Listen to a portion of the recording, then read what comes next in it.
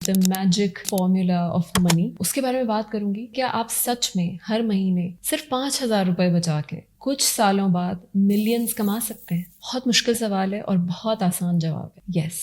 और वो कैसे? वो कंपाउंडिंग से. कंपाउंडिंग कुछ ऐसे होती है, हम एग्जाम्पल लेते हैं कैसी खातून की जो घर बैठी हैं, उन्हें नहीं समझ आती कि किस तरह से वो अपने हस्बैंड को सपोर्ट करें. एग्जाम्पल लेते हैं एक ऐसे शख्स की या ऐसे स्टूडेंट की जो कि हर महीने अपने पॉकेट मनी में से सेव कर रहा है. अब वो इसको कंपाउंड कैसे कर सकता है, इसको ग्रो कैसे कर सकता है? उसका मैजिक फॉर्मूला क्या है? वो ये है कि वो हर महीने लगातार, दैट्स द की, 5 महीने जो बचा रहा है ना, वो स्टॉक एक्सचेंज में, किसी भी म्यूचुअल फंड्स में, लो रिस्क इन्वेस्टमेंट ही सही करता रहे. अब होगा ये कि जब वो हर महीने 5,000 डालेगा, साल के एंड में उसको मिलते हैं तकरीबन 14% का प्रॉफिट, जो कि अगर हर मंथ में देखा जाए तो तकरीबन 1.12% समथिंग बनेगा, राइट. वो उस प्रॉफिट को ये नहीं करता कि वो ले लेता है अपने बैंक में ट्रांसफर करवा लेता है और उससे पार्टी करता है कि भाई मुझे तो 1% का प्रॉफिट हो गया, चलो आओ 500 रुपए का शॉर्मा खाते हैं. नहीं, वो उसको भी उसी स्टॉक में या उसी म्यूचुअल फंड में री इन्वेस्ट कर देता है.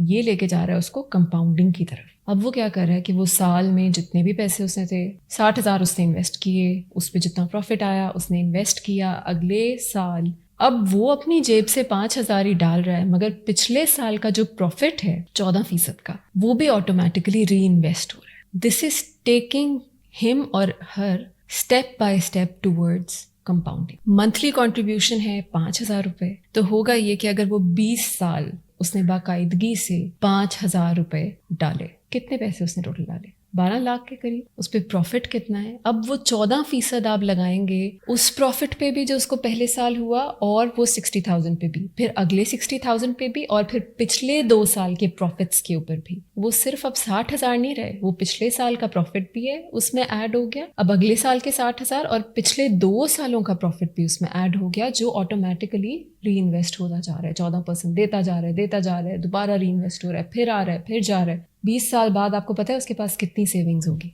65 लाख.